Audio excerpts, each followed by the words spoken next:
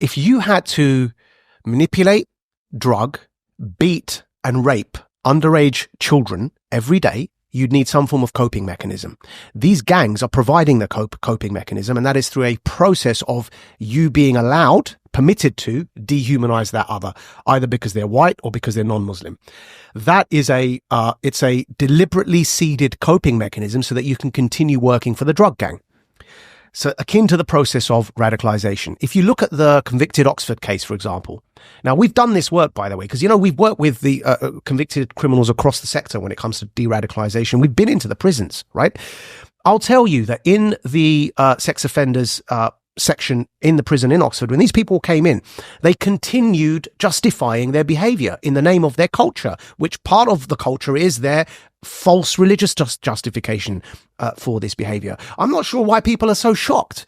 We know ISIS has been doing this for a long time in Syria and parts of Iraq. They have dehumanized the Yazidis and enslaved them. False religious justification. So they are using, so it's because their understanding of Islam is that I'm trying to understand this right. Because their Islam, which you think is completely false, is the motivating factor. Plus, and the other is gangs deliberately trying to control other people in their own community. Look, Islam is not the cause for this problem, but their view on how Islam treats the quote-unquote infidel is a factor in their behavior.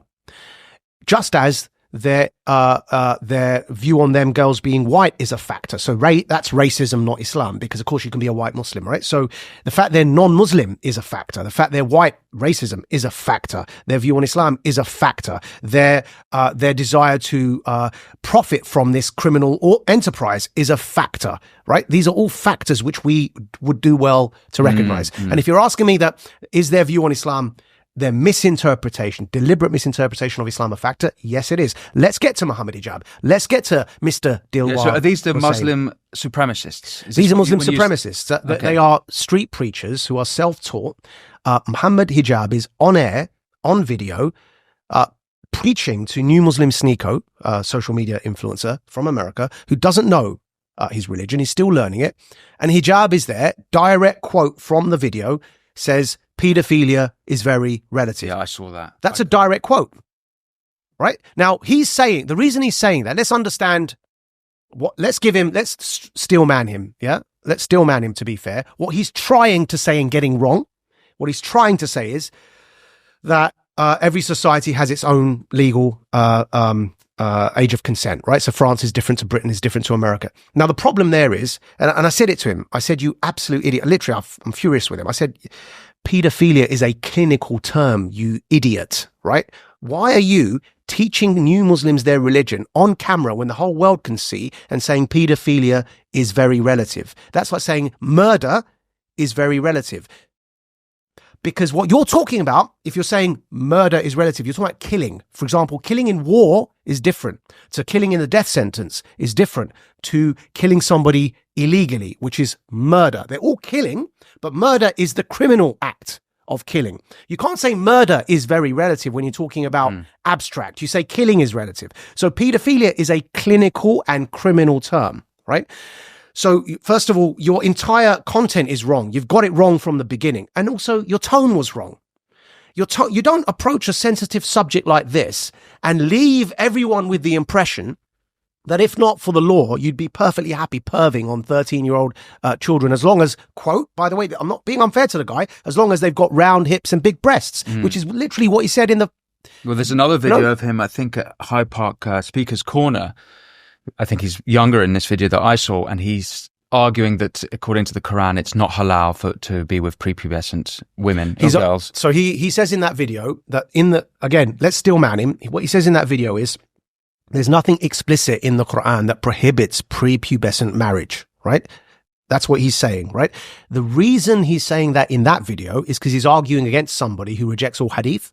And he's trying to say to that person, you have to accept hadith to be able to restrict prepubescent marriage because it's not explicitly prohibited in the Quran.